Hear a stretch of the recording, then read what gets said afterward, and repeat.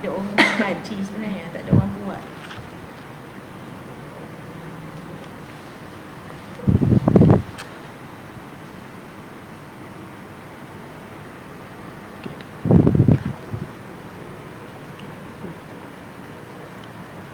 Bismillahirrahmanirrahim. Assalamualaikum dan selamat pagi kepada semua pelayar kita di luar sana. Terlebih dahulu, saya bagi pihak Museum Diraja mengucapkan ribuan terima kasih kepada pelayar kita yang setia menunggu dan setia untuk bersama kita untuk mendengar kupasan daripada panel jemputan tetap kita, Profesor Datuk Dr. Syamroh Hayu binti Abdul Aziz, penyandang kursi Institusi Raja-Raja Melayu UiTM. Selamat datang, Prof. Terima kasih.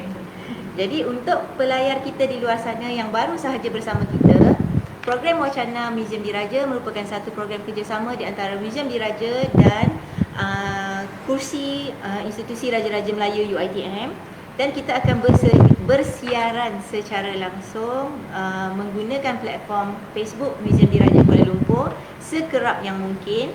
Setakat ni kita cuba untuk bersiaran setiap minggu, melainkan sekiranya ada perkara-perkara yang tidak dapat dielakkan daripada pihak Museum Diraja ataupun daripada pihak Prof sendiri. Jadi pada hari ini kita akan membawa Prof untuk mengupas satu tajuk yang kita rasakan kurang diberi perhatian. Kita dengar tajuk tu tapi kita tak berapa tahu sebenarnya apa intipati perkara berkenaan. Pada hari ini kita akan berbincang tentang perkara 42 dalam Perlembagaan Persekutuan, prerogatif pengampunan diraja. Dalam perkara 42 disebut sebagai kuasa pengampunan dan sebagainya. Jadi tanpa melengah masa, Prof, kita boleh mulalah ya. Okey, mungkin Prof boleh kongsi dengan kita bagi perkara 42 ini terhadap tafsiran pemakaian perkataan beri ampun, lega hukum, tunda hukum, dan kemudian kita jumpa juga dalam Perlembagaan Persekutuan berkaitan dengan remitan, gantung, ringan hukum dan sebagainya. Silakan.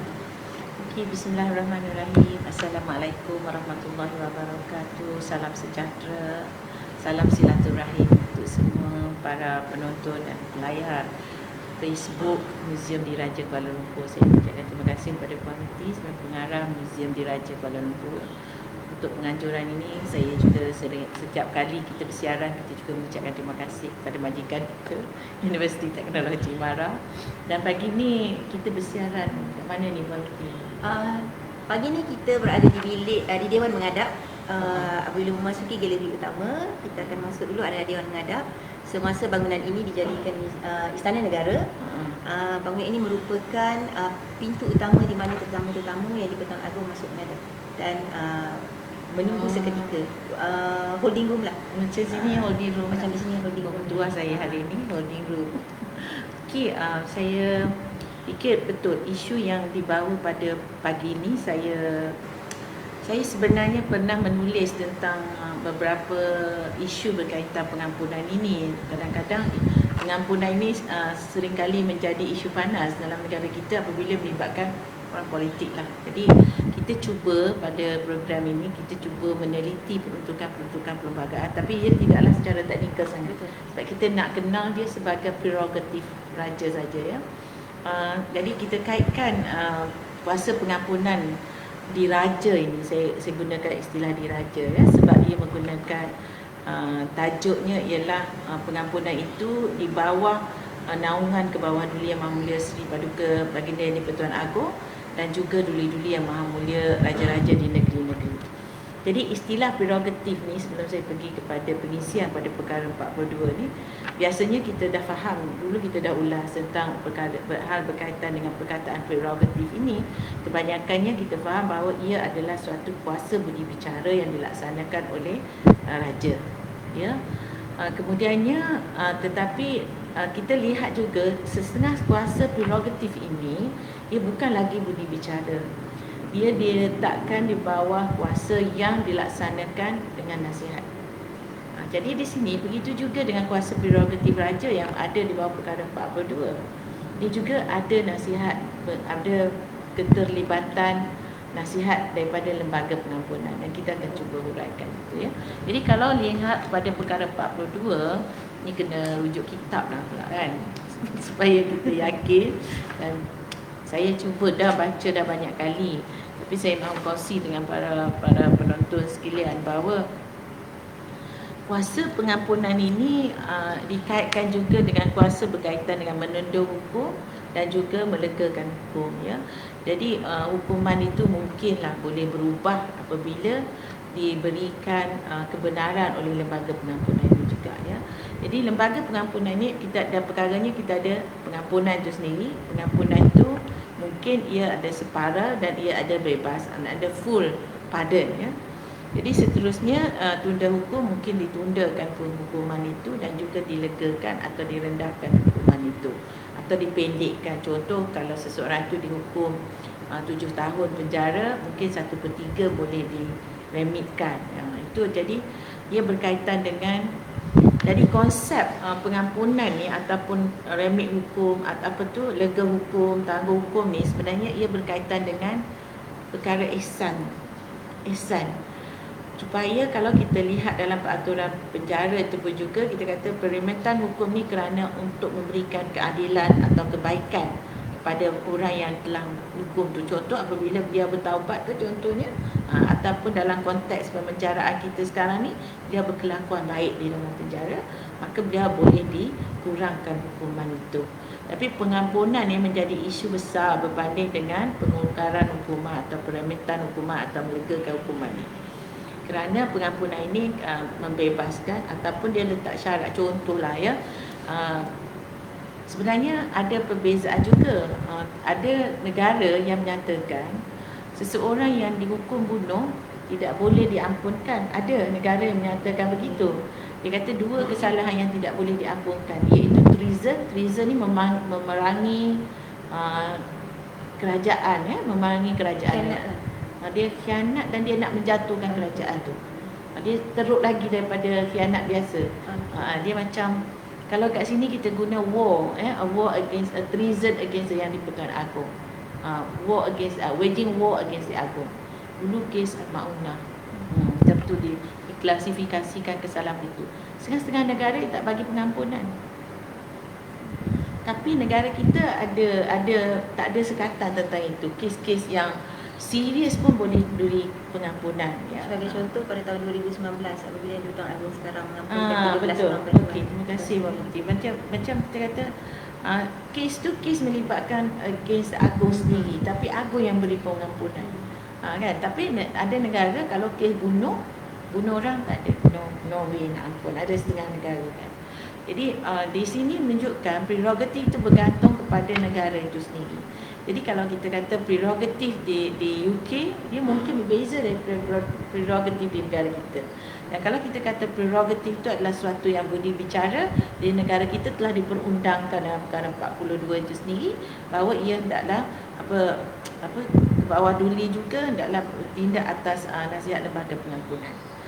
Jadi kalau nak gunakan istilah-istilah sebagai pengampunan ni, dia cuma ada dalam perkara 42 dan satu pasal kecil disebut dalam perkara 48 berkaitan pengampunan. Tapi berkaitan dengan lega hukum dan perimitan itu, remittance itu kita jumpa di bawah peraturan-peraturan penjara. Peraturan penjara dari perkara peraturan 40 lebih itu sampailah kita rasa peraturan 54 tu jelas tentang kenapa perimitan itu. Kalau saya boleh rujuk sikitlah kepada peraturan penjara tu, macam bahagian 6 pada peraturan penjara, peraturan 43 menyatakan bahawa tertakluk pada terma-terma suatu perintah dibuat oleh lembaga pengampunan yang ditubuhkan di bawah 42, perkara 42 perlembagaan dengan tujuan untuk menggalakkan kelakuan baik. Sebab tu dia remit tu, untuk menggalakkan kelakuan baik dan kerajinan untuk memudahkan pemberlakuan pemulihan. Jadi dia kurangkan hukuman. Itu peremitan lah. Seorang panduan di hukum penjara adalah berhak untuk diberikan remitan seperti yang berikut. Maknanya kalau dia penjara dia melebihi 1 bulan, dia boleh remit. Ada 1/3. 1/3 tu dia boleh diremitkan, maknanya dipendekkan ke kan. Jadi dia hendaklah menjalani 1 bulan penjara barulah dia boleh remit. Jadi di sini perkara 42 tu, di samping pengampunan, ada juga kuasa yang diberikan untuk lembaga pengampunan itu meremitkan hukuman ataupun diskaun. Ya. Jadi saya fikir kalau kita lihat kepada peruntukan itu, dia lebih kepada keihsanan. Ihsanan. Saya selalu menggunakan frasa when justice comes to an end, mercy comes to play. Bila ini ayat yang saya belajar daripada guru perlembagaan saya lah, Profesor Gauss dulu ya, dia profesor dari India. Bila pentadbiran keadilan itu dah berakhir, maknanya orang tu dah didapati bersalah oleh mahkamah yang paling agung, paling tinggi dalam negara itu, dan kemudian dia boleh meminta belah ihsan. Itu yang proses pardon tu. Kalau dalam sejarah ni kita, sejarah negara kita ni, pardon ni biasanya dimiliki oleh institusi beraja lah. Sampailah kita perundangkan dalam perlembagaan kita ni adanya lembaga pengampunan. Tapi kita kata kalaulah dulu prosesnya bukanlah quote unquote membuta tuli, memberi pada ni, untuk mengelakkan dia tidak disalahguna tu, perlulah ada lembaga pengampunan tu. Jadi untuk menjamin kedudukan institusi beraja itu sebagai adil dalam memberi pengampunan, maka dibuatkanlah juga lembaga pengampunan tu. Jadi kita masih lagi dalam soalan untuk tafsiran perkataan lah, penggunaan perkataan mengikut persekutuan perlembagaan persekutuan. Sebenarnya kuasa pengampunan ni bukan satu kuasa yang baru. Ia ini diwarisi dari zaman berzaman. Cuma apabila berkata kita ada lembaga dan sebagainya, dulu mungkinlah tidak dinyatakan sebagai lembaga, tetapi dengan khidmat nasihat, dengan atas nasihat bendahara dan juga semua menteri-menteri yang ada pada satu ketika dahulu. Cuma sekarang kita perundangkan dalam perlembagaan persekutuan. Tetapi untuk konteks pengampunan ini, dalam perkara 42 dinyatakan untuk Yang di-Pertuan Agong, pengampunan oleh Yang di-Pertuan Agong. Tetapi untuk negeri juga, raja ataupun negeri yang tidak beraja, Yang di-Pertuan Negeri tetap juga ada diberi prerogatif untuk pengampunan. Cuma dalam semakan dalam perlembagaan persekutuan, saya jumpa perkataan yang bunyinya sangat menarik. Jadi nak minta lah Prof bagi penerangan sikit. Yang hal ehwal berkaitan Islam untuk negeri-negeri terutama yang tidak mempunyai raja, digunakan perkataan mutatis mutandis. Jadi mungkin Prof boleh kongsi sikit makna perkataan. Bunyi sedap je mutatis mutandis. Bahasa Latin lah, Latin.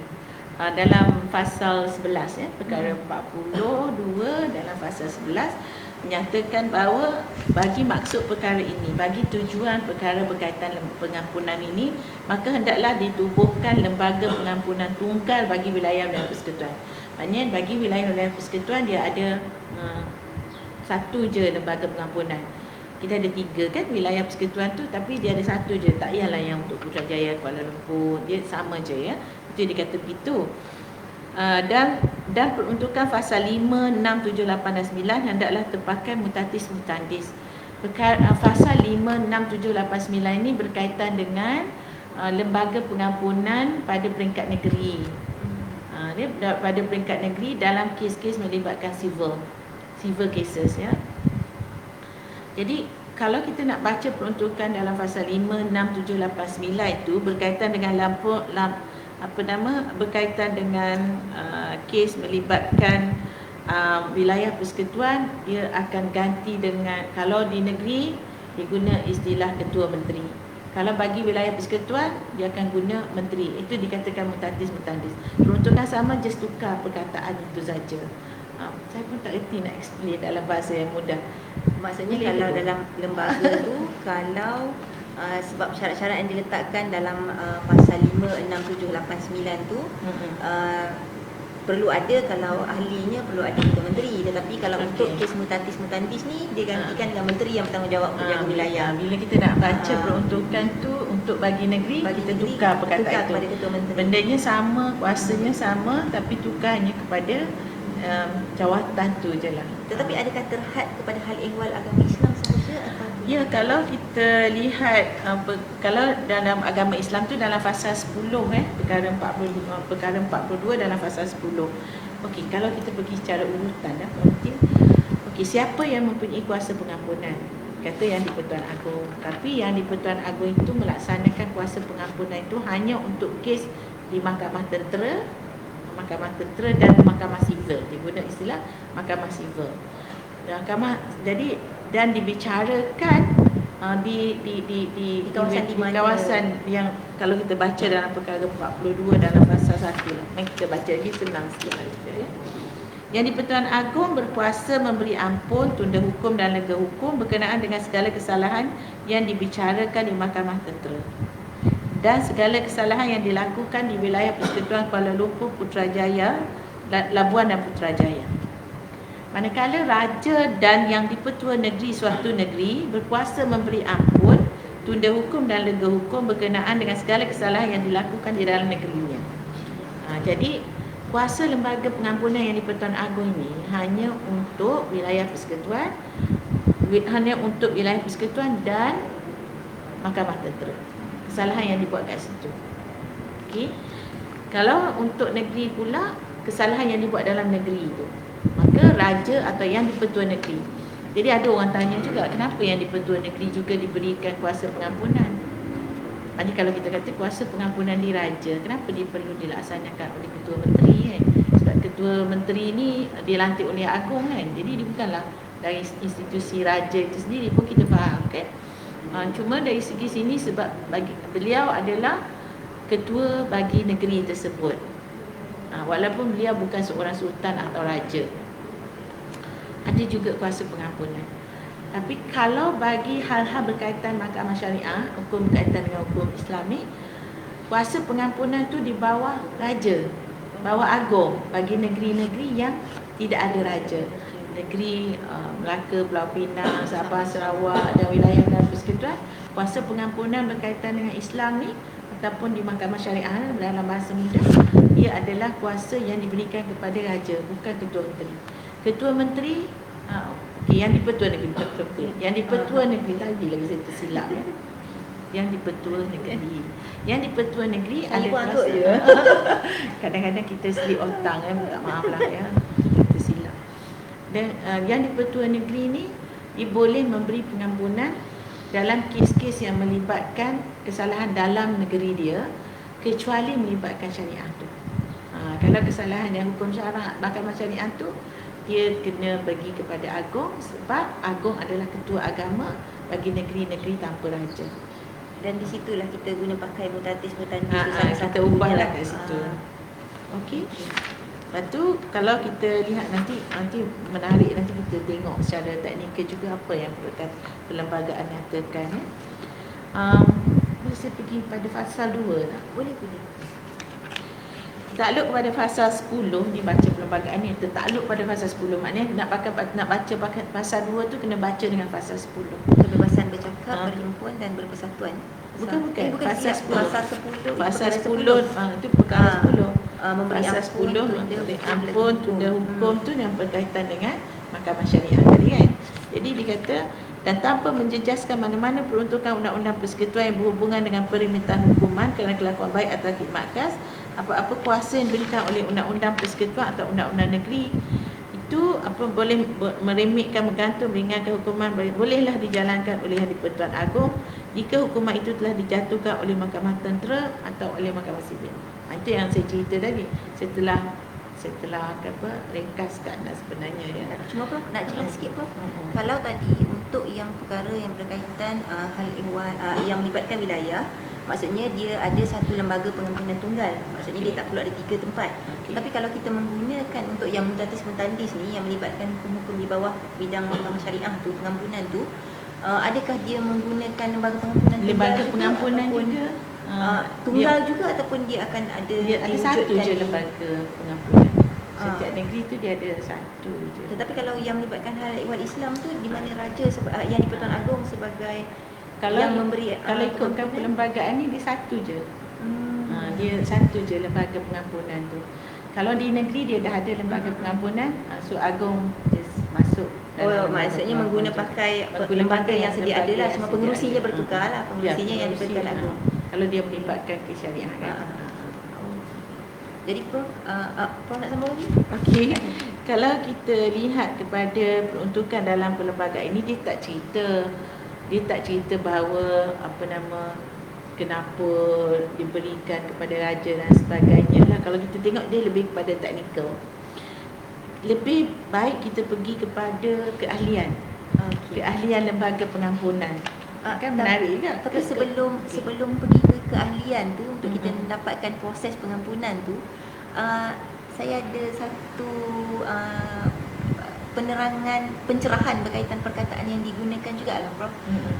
Untuk masih lagi dalam terminologi yang kita gunakan ni.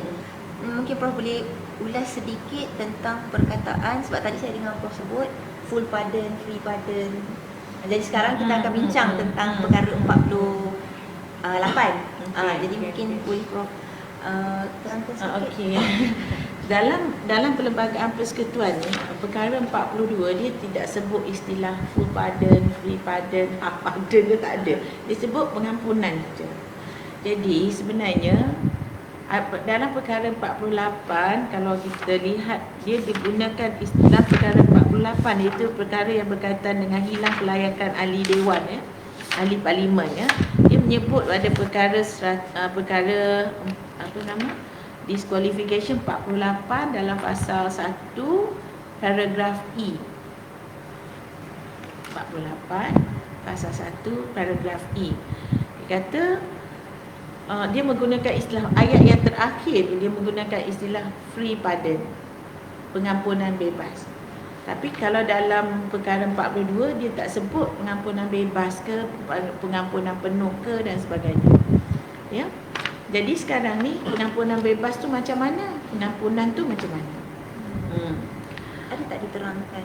Tak ada dalam peruntukan undang-undang, tetapi bila kita rujuk literature ni maknanya penulisan-penulisan daripada negara-negara lain dan sebagainya, ya. Di negara kita ni tuan-tuan dan puan-puan, macam ketandusan lah lagi, kita tandus lagi kajian tentang ini.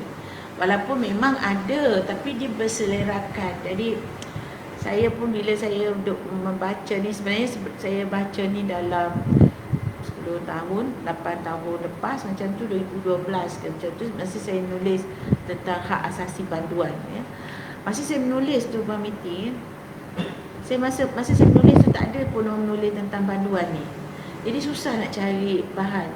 Yang saya cari bahan ialah di international instrument, ya. The minimum standard of the rights of the inmates atau prisoners. Jadi dekat Malaysia ni kita tak develop sangat hal-hal berkaitan dengan pemenjaraan dan juga termasuklah proses pengampunan ni. Ada 1-2 artikel kita jumpa, ya. Apapun dalam membezakan apakah yang dimaksudkan free pardon atau full pardon atau pardon ni, dia tidak ada penjelasan yang nyata. Dalam literature di Malaysia ni sekalipun, ya, tak ada.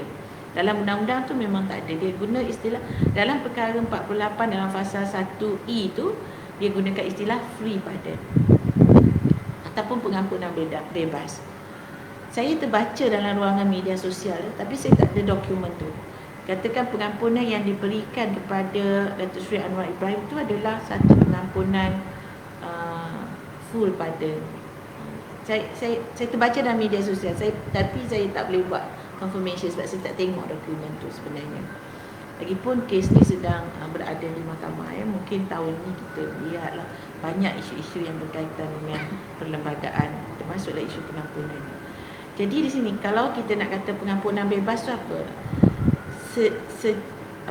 Secara literaturnya pengampunan bebas itu seolah-olah orang tu tidak pernah melakukan kesalahan, so as a zero. Maknanya tidak pernah ada persecution, tidak pernah ada conviction ataupun pensabitan, tidak ada pentodahan, tidak ada pensabitan. Itu yang dimaksudkan free pardon. Jadi macam seseorang itu akan hilang kelayakan sebagai ahli parlimen sekiranya beliau telah dihukum oleh mahkamah sebanyak RM2,000 atau 1 tahun penjara ke atas, ya. Tapi kalau dia dah buatkan semua untuk dia rayu-rayu lagi, mahkamah yang paling tinggi dia boleh merayu-merayu lagi, dia tak disqualify lagi. Sampailah dia merayu kepada Agung, memohon pengampunan. Bila dia memohon pengampunan, tapi pengampunan itu tidak diberikan, barulah dia boleh dikatakan disqualified. Atau kalaulah pengampunan itu diberikan dan itu adalah pengampunan yang penuh tadi, yang bebas, a free pardon, maka dia adalah dikirakan sebagai tidak pernah melakukan kesalahan dan tidak pernah dituduh. Maksudnya rekodnya clean lah. Maksudnya rekodnya akan Clean and clear. Tapi bukankah dia akan bercanggah dengan penulisan yang pernah ditulis oleh mantan Ketua Hakim Negara Tun Abdul Hamid yang menyatakan bahawa hanya mahkamah sahaja boleh put aside the conviction. Jadi bagaimana? Dia macam kalau tafsiran tu yang saya cakap tadi, itu tafsiran. Itu tafsiran sebab kita di Malaysia ni kita tak ada tafsiran free pardon tu lagi. Kalau free pardon tu bila katakanlah lembaga pengampunan berikan free pardon, what is the next process?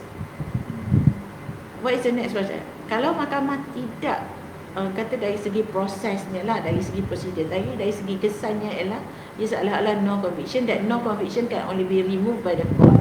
Itu yang Tuan Hamid cakap kan, itu dari segi praktikal dan prosedur. Betul lah, dari segi itu dia kena remove.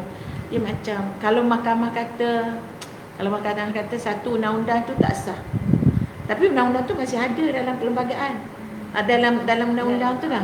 Kalau section tu dikatakan tak sah oleh mahkamah, section tu lagi ada until it's removed by the parliament. Macam ni lah juga, maknanya conviction tu dah tak ada, tapi dia masih lagi tercatat until it's removed by the court. Maksudnya dari sudut prosedur tu dia masih tak sah lah, sebenarnya dia masih melanggar lah. Tetapi kalau kita kata dari segi, maksudnya dari segi praktikal untuk dari segi dia masih lagi ada conviction tu. Jadi kalau kita kata adakah dia ada conviction, mahkamah kata ada, bila mahkamah baca ada, duduk dalam rekod lah sebenarnya, duduk dalam rekod lah, tapi pengampunan dah dapat. Confuse juga ya. Dia macam jadi ini another step lah. Dia tak adalah kata keliru sangat, sebabnya okey, contoh agung dah bagi lembaga pengampunan dah bagi pengampunan, so courts lah kena remove tu. So maybe another process. Contohlah orang bankrupt dah. Kalau bankrupt kita dah bayar semua tu kan, tapi to remove your name you kena isi borang lain lagi kan. Kan dia remove, itu dia kena remove lagi nama dia tu. Jadi itulah prosesnya. So conviction itu ada, tapi itu tafsiran. Saya pun tak boleh nak kata yang tu betul, yang ni salah, yang tu betul, yang ni salah ya.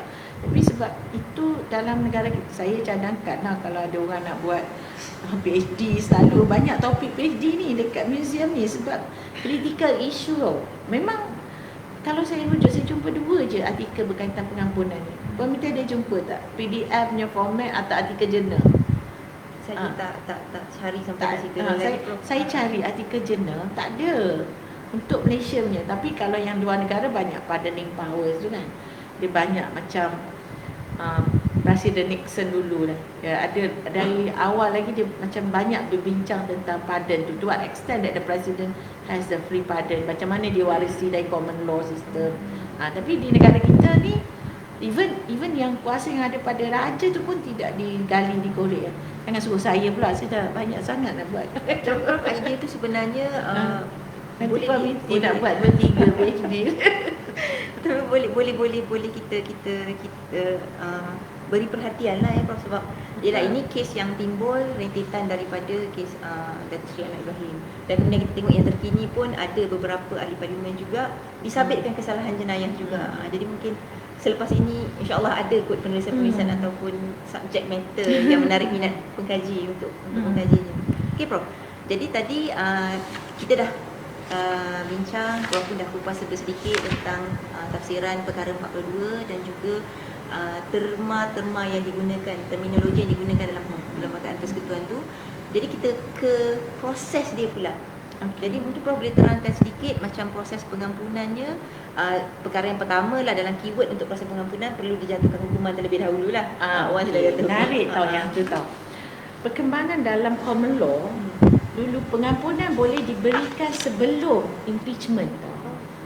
Maknanya contohlah, kalau presiden tu dia ada kesilapan, ini yang kata di American system, yang dia lihat dulu apa yang ada di common law system. Tapi di presidential, apa kata, kuasa presiden di Amerika Syarikat tu pada awalnya pada tahun 17 ke 1676 ke macam tu, dia kata pardon tu boleh diberikan sebelum proses impeachment tadi. Jadi macam dia boleh jadi bar macam nak bar ni kita panggil apa? Satu penafian kepada proses perundangan. Kalau dia dah awal-awal lagi dapatkan proses pardon tu. Kalau macam negara kita, macam saya kata tadi, when justice comes to an end, maknanya awak dah menggunakan seseorang itu ataupun orang yang telah didapati bersalah tu telah menggunakan sepenuhnya proses perundangan. Pengampunan ni as a last resort As lah. a last resort. Sebab tu kita kata ihsan tadi kan mesti tau. Tapi dalam sejarah tu dia menunjukkan ada juga bila kuasa prerogatif itu tidak dikawal. Itu menarik kan? Bila kuasa prerogatif itu tak dikawal, dia kata presiden tu boleh memberi pengampunan sebelum impeachment proceeding tu berlaku. Jadi kalau nak buat impeachment terhadap seorang presiden ni, impeachment ni proses mempersoalkan credibility dia dan sebagainya. Kalau nak buatkan impeachment ni, saya dah ada pardon, that was said as wrong. Tapi padanya kalau ikut di US yang memberi kuasa pengampunan adalah presiden sendiri. Ya, Jadi dia presiden. memaafkan diri dia sendiri lah macam tu. Macam presiden baru lah. Presiden baru untuk the former president. Biasalah kalau politik ni bila you lepaskan, adalah isu-isu yang berbangkit semasa pentadbiran dan sebagainya. Jadi dalam kes ini saya rujuk pada satu artikel yang ditulis oleh John DeFeary. Dia cerita tentang, this is from Fordham University of Law, ni dia publish in 1975. Lama lah artikel ni. Kata dulu pernah ada prinsip itulah, maknanya sebelum sebelum impeachment tu dah ada pengampunan. Dia jadi, so it was argued as a bar, maknanya you dah sekatan kepada proses impeachment tu sendiri. Tapi selepas tu undang-undang dikembangkan di negara tersebut menyatakan bahawa limitasi untuk aplikasi pardon ini, aplikasi proses pengampunan ini ialah dia tidak boleh dilakukan sebelum impeachment proses. Maksudnya awak kena lalui proses perundangan tu. Maksudnya kena jatuh hukum dulu dan dia dah melalui proses-proses yang tadi yang Prof dah senaraikan macam di negara kita tu lah. Satu lagi prinsipnya ialah kalau melibatkan orang lain, contohlah, ini menarik untuk kita bincang dalam kes bunuh contohnya ya. Kalau seseorang itu orang lain terkesan daripada perbuatan dia telah diampunkan, telah mungkin dapat free pardon dan sebagainya, tapi dia tidak menghalang orang yang terkesan daripada perbuatan dia tu menyaman dia lagi, memfailkan saman. Jadi contohlah kalau bunuh lah, boleh tak seseorang itu memfailkan saman untuk mendapatkan ganti rugi?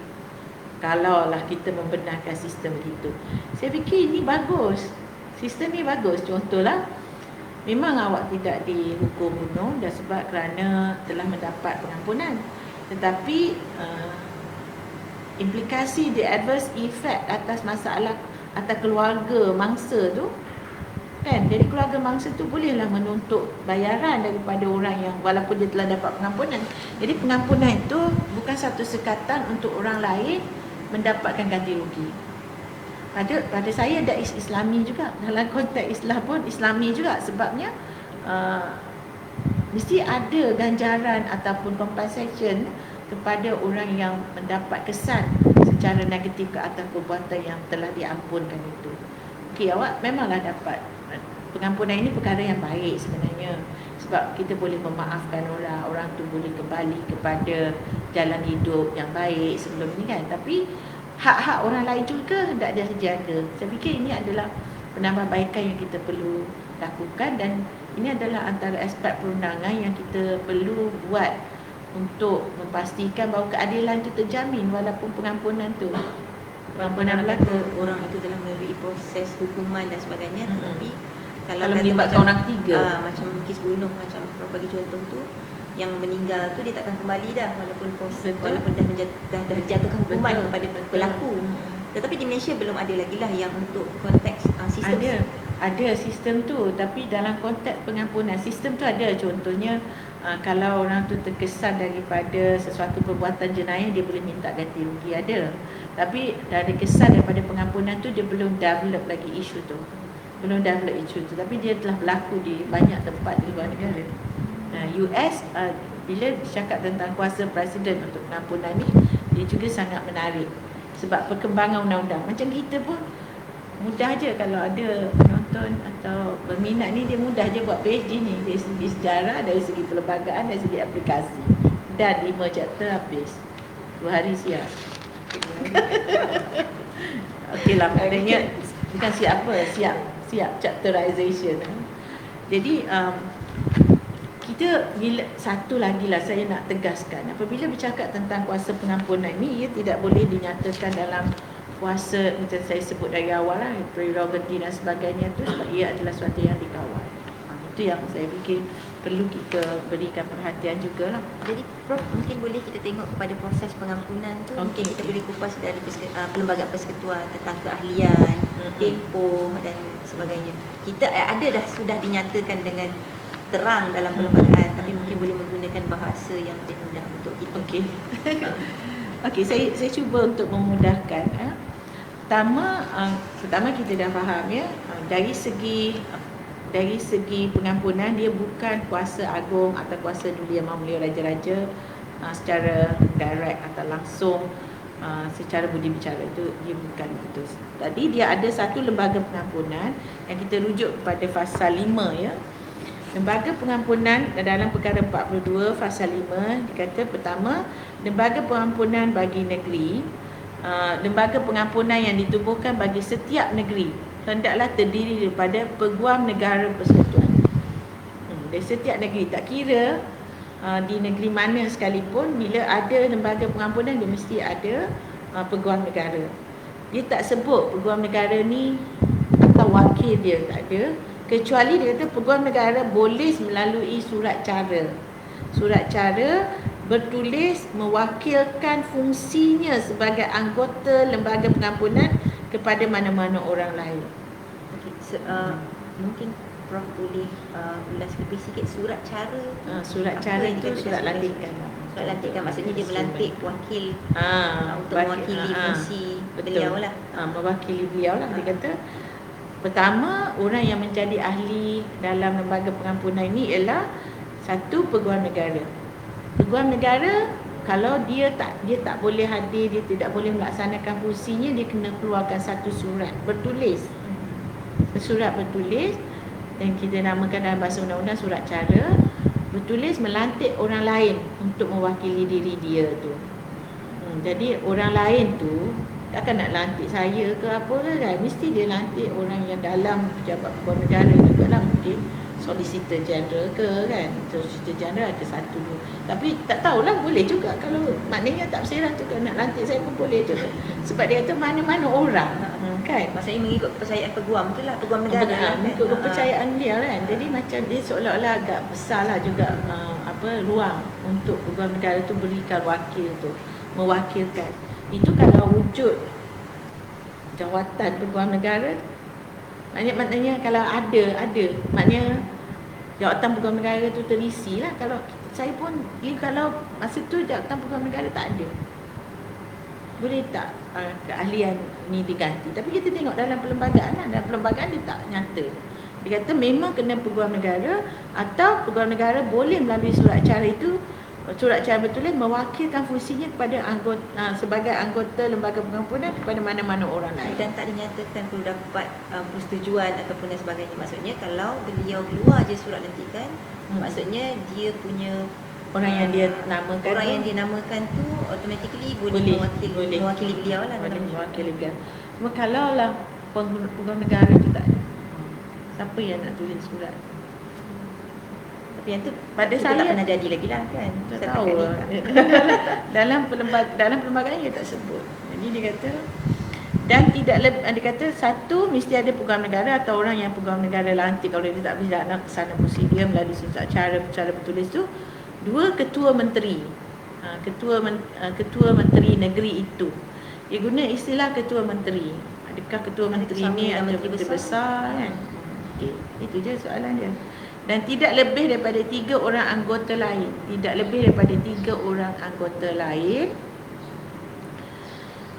yang anggota lain yang hendaklah dilantik oleh raja atau yang dipertua negeri. So bagi raja akan lantik, raja atau sultan lah kan. Raja atau sultan bagi negeri itu akan lantik tidak lebih daripada 3 orang. biasanya siapa orang-orang itu ya, biasanya dia bergantung pada negeri-negeri itulah.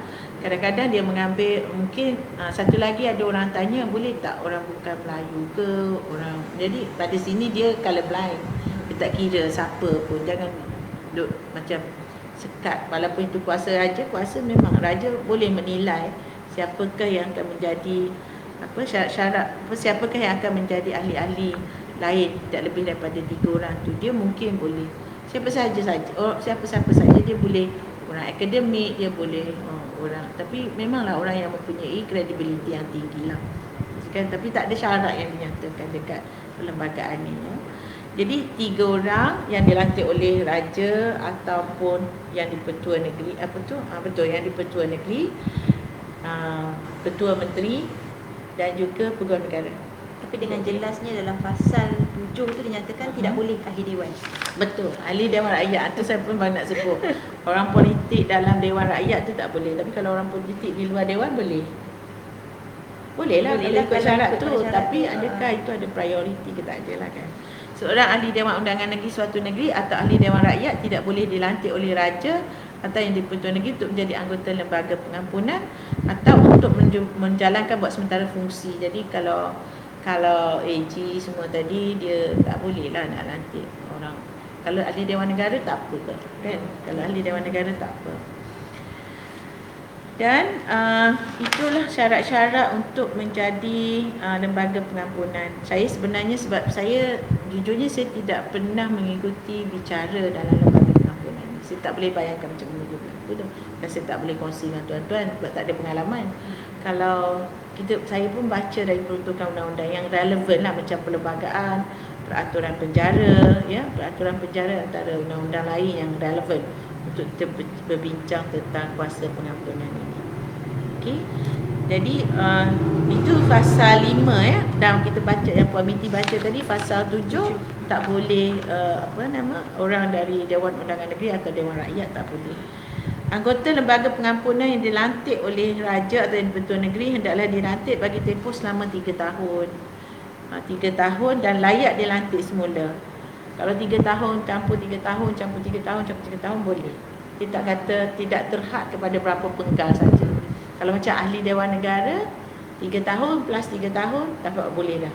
Dia 2 penggal kan. Tapi kalau macam ni dia seolah boleh berlanjutan, tetapi boleh pada bila-bila masa meletakkan jawatan sebagai anggota lembaga. Okey. Lembaga pengampunan, saya terus bacalah pasal 8 ya. Lembaga pengampunan hendaklah bermesyuarat dengan kehadiran raja atau yang di-Pertua Negeri, dan raja atau yang di-Pertua Negeri hendaklah mempengerusikan mesyuarat itu. Okey, hendaklah mempengerusikan mesyuarat itu. Tapi sebelum nak buat itu, sebelum nak bagi keputusan tu mengenai apa-apa perkara, lembaga pengampunan hendaklah menimbangkan apa-apa pendapat yang bertulis yang mungkin telah dikemukakan oleh pegawai negara mengenai perkara ini. Saya pun tak tahu kenapa saya garis perkataan yang mungkin. Adakah ini menunjukkan tidak wajib untuk pegawai negara membuat laporan bertulis atau pandangan bertulis? Saya fikir ini juga penting untuk menunjukkan bahawa adanya cadangan-cadangan lain kepada lembaga pengampunan ini. Maknanya kalau kita lihat kepada peruntukan ni, dia meletakkan lembaga pengampunan ini secara bersama-sama lah dengan AG. Maknanya nak lihat kepentingan undang-undang dan juga kepentingan pentadbiran keadilan yang biasa saya guna, pentadbiran keadilan dan keisanan yang ada dalam institusi beraja tu. Jadi perlukah kita berikan pengampunan? Adakah ia, biasanya considerationnya ialah adakah pengampunan ini akan mendatangkan perkara tidak baik kepada negara ataupun implikasi yang tidak baik itu. Jadi di sini ia seolah-olah meletakkan satu tanggungjawab kepada pegawai negara untuk membuat pembentangan bagi didengar ataupun bagi diberitahu kepada yang di-Pertuan Agong ataupun duli-duli yang maha mulia ya. Jadi lembaga pengampunan ni beri nasihat kepada raja sebagai pengerusi, dan sekarang ini timbullah persoalan, adakah raja sebagai pengerusi lembaga pengampunan itu hendaklah bertindak atas nasihat? Itu yang kita belajar awal tadi. Jadi Jadi mungkinlah bila saya kata prerogatif hendaklah bertindak atas nasihat tu, adakah dia adalah nasihat yang perlu ditaati? Sekarang ni kalau kita baca dalam perkara dia sebut perkara 40 dalam pasal 3 ya, Strategi 3A 40 dalam yang pasal 3 dijalankan menurut budi bicara. Itu ke? bukan. Kalau dalam 42 ni dia ada Bukan satu yang 40 dalam pasal tadi saya duduk kalau dalam perkara 42 ni kat mana ada dia sebut okey. Dalam pasal 4 perenggan A dia sebut, dia kata kuasa yang disebut dalam perkara ini, kuasa yang disebut dalam perkara 42 ni ia berkaitan dengan kuasa pengampunan tu. Dia kata kuasa yang disebut berkaitan dengan pengampunan, perlimitan dan sebagainya adalah setakat yang kuasa itu boleh dijalankan oleh agung.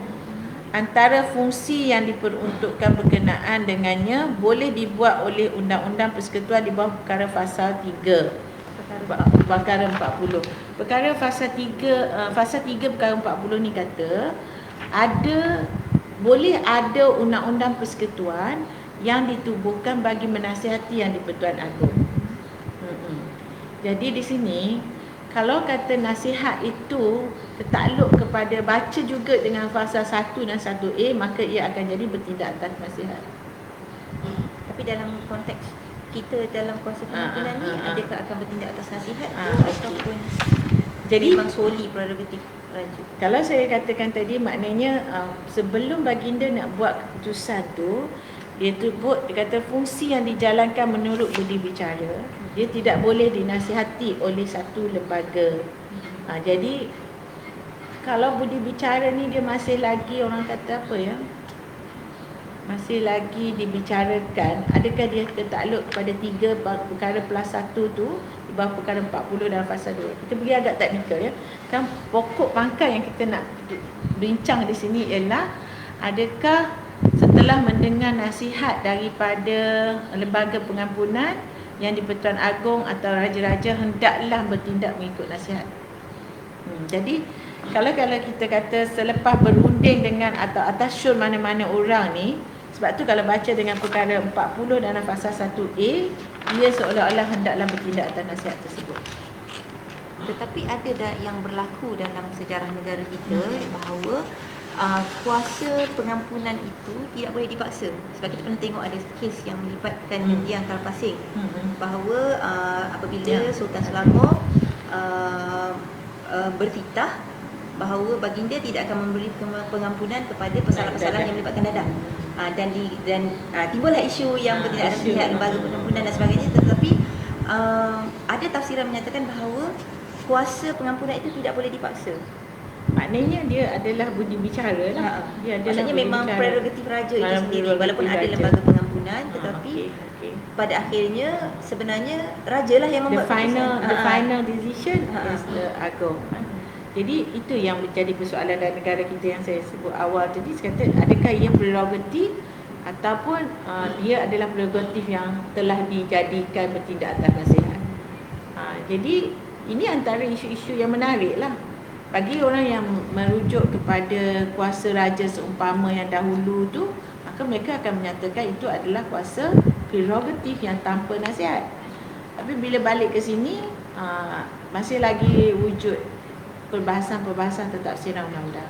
Tetapi secara praktikalnya kita tengok dah contoh-contoh sejarahnya bahawa dia masih kuasa prerogatif lah sebenarnya. Tapi dari segi amalan, macam saya tengok apa yang berlaku dalam ini realiti ya, saya sebenarnya tak best juga sebut, tapi dari segi realitinya sebelum ini dalam proses pengampunan Datuk Seri Anwar Ibrahim, dia telah diumumkan oleh Perdana Menteri pada ketika itu. Jadi macam, sebab saya tak ada fakta yang dalaman ya, ini cuma berdasarkan laporan media. Jadi macam itu seolah-olah macam dah setuju dah, raja dah setuju dah semua dan diberikan pengampunan. Jadi yang macam amalan tu suatu yang menunjukkan apa yang berlaku tu seolah-olah menunjukkan itu bukan prerogatif raja, dia berlaku atas nasihat. Apa yang berlaku semasa Sultan Mahmud V dan proses pengampunan tu.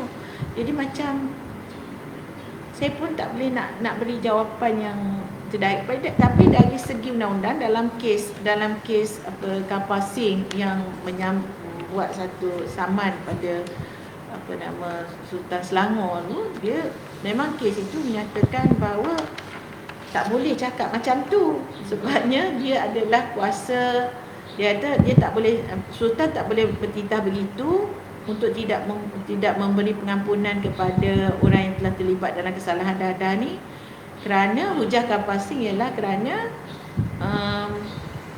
Sultan harus bertindak atas nasihat lembaga pengampunan, itu hujah dia.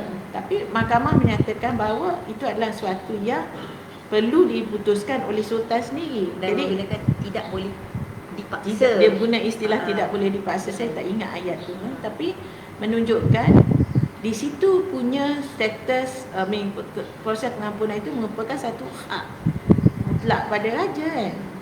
Jadi tak terpakai pada perkara 40 dalam fasal 1A yang menyatakan dia baginda taklah bertindak atas nasihat sekiranya baginda dikehendaki berunding. Tapi kalau baca balik dengan 40 dalam fasal 3, ayat-ayat yang digunakan dalam fasal 3 tu dia sama dengan ayat dalam perkara 40 dalam fasal 1A. Jadi dia sekarang ni the law as it stand seperti dalam kes Kapasing tu dengan Sultan Selangor.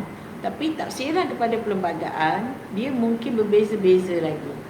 Jangan kelirulah, tapi nak buat macam mana? Kepada hakim lah kan, hakim yang sebab tafsiran hanya boleh dibuat oleh tapi itulah saya kata lebih tafsiran kalau ada permohonan untuk dibuat oleh hakim, kita rujuk pada kes. Tapi itu saya lebih kepada tafsiran kepada intellectual atau academic discussion. Sepanjang yang saya baca tu, dalam kes tu begitulah keadaan dia. Cuma bila baca balik, scrutinize balik dalam ayat-ayat yang digunakan dalam perlembagaan itu, dia seolah-olah mahu mengambil kuasa prerogatif itu kepada kuasa menjadi nasihat. Saya sebenarnya tak ada keputusan lagi. Saya kena kaji banyak lagi tentang isu ini. bukan pada perbahasan lah, maksudnya siapa yang nak buat kajian lebih. Kalau itu kena kajian lebih. Saya mengaku dengan Puan Miti, saya tak berapa prepare untuknya sebab saya kata satu bahan tak ada dan saya fikir tafsiran tu pelbagai. Jadi saya tidak ada keyakinan untuk buat satu pendirian yang tegas dalam isu inilah. Tapi benarnya lah kalau kita nak kekalkan kuasa raja yang asal itu memang ia adalah prerogatif. Cuma bila pindaan itu, bila berlaku pindaan dan ayat yang sama dalam pasal 3 perkara 40 dengan pasal 1A itu yang buat saya macam adakah ini telah dikuasai oleh bukan lagi kuasa prerogatif. Saya bimbang kat situ. Jadi Prof, kita dah tersentuhkan masa. Jadi mungkinlah kalau kita boleh perbincangan kita pada hari ini sebenarnya bila kita letak tajuk prerogatif pengampunan diraja dan ia tertakluk di dalam Perlembagaan Persekutuan, dan apabila kita berbincang sebentar tadi menimbulkan satu tanda tanya, menimbulkan satu perbahasan baru bahawa adakah ia kuasa prerogatif ataupun tidak. Kerana apabila kita tengok pada amalan-amalan sejarah yang berlaku di negara kita, certain cases dia jadi prerogatif, certain cases dia menggunakan atas nasihat. Dan Prof juga ada menyatakan contoh kalau kes yang berlaku pada 2017 pengampunan Datuk Seri Anwar Ibrahim, dia melibatkan seperti bertindak di atas nasihat. Dan kalau kita lihat pula keputusan yang ditetapkan oleh mahkamah untuk kes Kapasing dengan Sultan Selangor, ia merupakan prerogatif raja. Jadi mungkin kita boleh teruskan untuk nanti satu perbahasan ataupun satu perbincangan di lain masa ya Prof, untuk kita nak tengok kalau ada penemuan-penemuan terbaru selepas ini. Putusan kes lah. Jadi senang sebenarnya. Jadi kita boleh tengok bagaimana statistiknya. Okey. Jadi Prof, sebelum kita mengakhiri semua perbincangan kita pada hari ini, cuma kita kembali semulalah sedikit perbincangan yang lepas apabila melibatkan pengampunan. Kita tak berbincang pada minggu ini tentang pengampunan yang melibatkan anak-anak raja, keluarga dan sebagainya kerana kita dah bincangkan pada minggu yang lepas, bukan minggu lepas, 2 minggu lepas. Jadi Prof, mungkin sedikitlah sebelum kita akhiri kita punya perbincangan pada pagi ini, wacana kita pada pagi ini, kita ada sentuh, sebab tadi kita janji kita nak sentuh juga perkara 48 dan sebenarnya Prof pun dah terangkan agak mendalam. Tetapi mungkin boleh diterangkan bacaan pemakaian perkara 42 dan perkara 48 pasal 1E itu. Dengan lebih inilah, sebab itu menjadi tanda tanya seluruh rakyat Malaysia, bukannya ini kan. Sebab masih lagi, dan penonton kata perkara itu masih lagi dalam mahkamah, mungkin boleh dituliskan secara literature sahajalah. Okey, kalau kita lihat kepada, saya nak ulang sikitlah apa yang telah saya bincangkan tadi. Perkara 42 dia tidak menggunakan istilah full pardon atau free pardon. Satu perbezaan. Tapi pada pasal 1 perenggan E, perkara 48 dia gunakan istilah free pardon. Kalau seseorang itu telah didapati bersalah dan dia mendapat free pardon, maka dia hilanglah disqualification dia tu. Dia boleh jadi balik, maknanya boleh bertanding dan sebagainya. Tidak payah observe tunggu masa 5 tahun expires baru dia boleh come back, make a comeback lah dalam politik kan. Jadi di sini macam mana kita nak kata hal-hal berkaitan dengan pengampunan ini berkaitan juga dengan orang politik dalam dewan tu lah ya, ataupun dalam dewan rakyat pun terpakai juga yang ni. Jadi di sini kita nampak bahawa kesan kepada free pardon atau kesan kepada pengampunan itu besar dalam konteks demokrasi juga. Kerana hak seseorang yang untuk menjadi ahli dewan rakyat itu atau dewan negara itu boleh diberikan ataupun boleh dijamin setelah mendapat pengampunan. Jadi pengampunan itu saya fikir ini yang biasanya menjadi kontroversi sebab rakyat nampak, tapi banyak yang dibuat oleh yang Pertuan Agong kadang tak nampak atau tidak dilihat oleh rakyat dan tidak disensasikan oleh media. Contoh yang pengampunan pada tahun 2019 tu kan, ini juga besar dari segi implikasinya sebabnya kesalahan yang dilakukan itu adalah suatu kesalahan yang besar terhadap negara. Jadi inilah saya fikir antara aspek-aspek perundangan yang kita perlu lihat, adakah perlu diletakkan sekatan kepada jenis-jenis kes. Ini juga satu polemik. Saya lahirkan perbincangan. Ya, adakah bila saya teliti di luar negara sebab kes melibatkan keselamatan negara ni, adakah pengampunan ni boleh buat? Sebab negara kita tak ada limitasi. Negara-negara yang meletakkan treason sekarang ini macam treason atau peperangan terhadap negara ni macam suatu yang serius dalam banyak negara sebab dia melibatkan keselamatan negara itu sendiri. Jadi sejauh mana proses pengampunan itu sebenarnya boleh, kebenaran atau pengampunan itu boleh melibatkan kes-kes yang serius terhadap keselamatan negara. Kita kena, betul lah kita kata yang di Pertuan Agong adalah Ketua Utama Negara dan baginda boleh membuat keputusan secara budi bicara dan sebagainya kan dalam konteks pengampunan ni. Tapi kebimbangan kita ialah kalaulah pengampunan tersebut memberi kesan kepada keselamatan negara. Bukan saya nak persoalkan kuasa itu. Baik kita fikir balik sebabnya pengalaman-pengalaman di negara lain di dunia yang itu kesannya besar. Sebab tu orang kata kalau dalam kesan negara kita berkaitan dengan qualification, disqualification ahli parlimen tu, saya fikir besar juga kesan dia kan kepada aspek demokrasi ni. Tapi keselamatan negara juga besar juga kesan dia. Jadi inilah persoalan-persoalan akademik yang kita mungkin boleh selesaikannya melalui kajian-kajian yang terperinci lah. Dua-duanya melibatkan kemaslahatan masyarakat. Betul. Maslahatan sama ada disqualification, ialah kita perlukan macam perkataan yang Prof suka gunalah, pemain demokrasi yang betul-betul boleh buat kerja, yang berintegrasi, yang telus dan sebagainya. Dan juga satu lagi aspek adalah aspek keselamatan itu sendiri, keselamatan negara itu sendiri. Dan kaitannya dengan pengampunan. Menarik ni sebenarnya tajuk. Okey, jadi Prof, itulah dalam untuk bacaan tu sebenarnya ia lebih kepada istilah sama ada pengampunan yang free pardon, full pardon, lindung dan sebagainya. So far kita tak ada black and white lagi. Kita tunggu sabar apa meeting untuk kes tu kan. Okey. Jadi untuk hari ini wacana kita berakhir di sini. InsyaAllah kita akan berjumpa lagi. Nantikan pengumuman kami dari semasa ke semasa. Dan terima kasih sekali lagi kepada pelayar kita di luar sana yang sudi bersama kita, yang memberi sokongan, yang tidak berbelah bahagi dan bersama-sama untuk mencari ilmu mencari pengetahuan yang disampaikan melalui kupasan yang sangat terperinci, yang sangat tepat, padat dan menggunakan bahasa yang mudah oleh panel tetap jemputan kita. Sekali lagi terima kasih. Terima kasih kembali, Prof. Alhamdulillah. Datuk. InsyaAllah kita jumpa lagi dalam masa yang InsyaAllah kalau tak ada apa-apa, minggu depan kita akan jumpa lagi. Dan sebelum kita akhiri wacana kita pada pagi ini, kami Museum Diraja memohon maaf sekiranya berlaku ada kesilapan bicara, tutur kata dan sebagainya. Teruskan memberi cadangan terhadap tajuk-tajuk yang hendak didengari ataupun tajuk-tajuk yang hendak kita bincangkan dalam wacana kita setiap minggu. Sehingga itu insya-Allah kita jumpa lagi. Wabillahi taufiq wal hidayah. Wassalamualaikum warahmatullahi taala wabarakatuh.